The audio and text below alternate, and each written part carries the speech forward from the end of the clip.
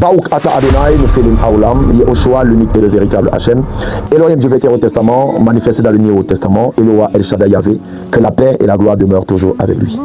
Celui qui n'est pas avec moi est contre moi, celui qui n'amasse pas avec moi disperse. Et si Dieu n'est pas Dieu de tout, il n'est pas Dieu du tout, appelez-moi Isaac, l'oracle du Seigneur. Bien le bonjour et bon réveil matinal. Un jour, un fils m'a posé la question, celle de savoir, il a dit comment un voyage de 11 jours a pu durer 40 ans. Est-ce que Dieu est-il inefficace ou encore était-ce une punition pour l'incrédulité du peuple d'Israël? Peut-être toi aussi tu te poses la même question et permets-moi de te répondre. Les 40 ans au désert n'étaient pas une punition. Dans Deutéronome, le chapitre 8, le verset 2, il est écrit: tu te souviendras de tout le chemin que l'Éternel ton Dieu t'a fait parcourir pendant ces 40 jours dans le désert. Alors, Israël était sorti de l'Égypte, mais l'Égypte n'était pas sortie d'Israël. 40 ans n'était pas pour punir un peuple rebelle, mais il était pour tuer une génération entière de mentalité d'esclaves. Afin que ceux qui doivent entrer et qui devaient entrer à Canaan ne construisent pas une Égypte dans une adresse hébraïque. C'est pourquoi tu comprends que Dieu ne voulait pas des esclaves libres, mais il voulait des hommes libres. Et cela ne se décrète pas, cela se force. C'est pourquoi tu te rendras simplement compte que la liberté géographique et la liberté intérieure sont deux réalités différentes.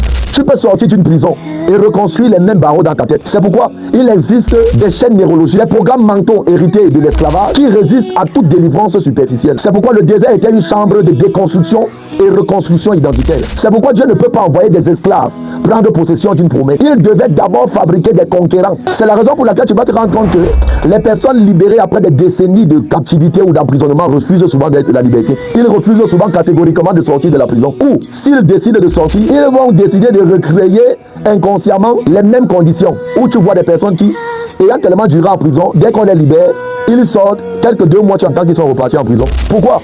Simplement parce que la liberté doit être apprise, intégrée et incarnée. La liberté ne se greffe pas sur une identité de captif, exigera toujours la mort et la renaissance. C'est pourquoi quand tu comprends ces choses, tu déduiras simplement que le désert n'est pas un détour de ton destin, c'est simplement le laboratoire de ta transformation. C'est pourquoi ce que Dieu fait dans le désert, ce n'est pas de te déplacer géographiquement parlant, te reconstruire intérieurement pour que tu sois à la hauteur de ce qu'il t'a promis. C'est pourquoi je veux prier pour toi. Dieu ne te donnera jamais la terre promise avec la mentalité d'un esclave, parce qu'un esclave transforme chaque promesse en prison. Le désert n'est pas ta punition, mais c'est ton université.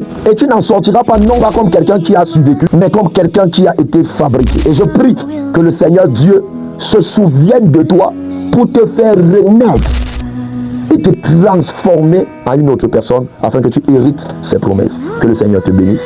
Alors, bon réveil matinal, sors non avec la mentalité d'un esclave, mais avec la mentalité d'une personne transformée. Que le Seigneur te bénisse.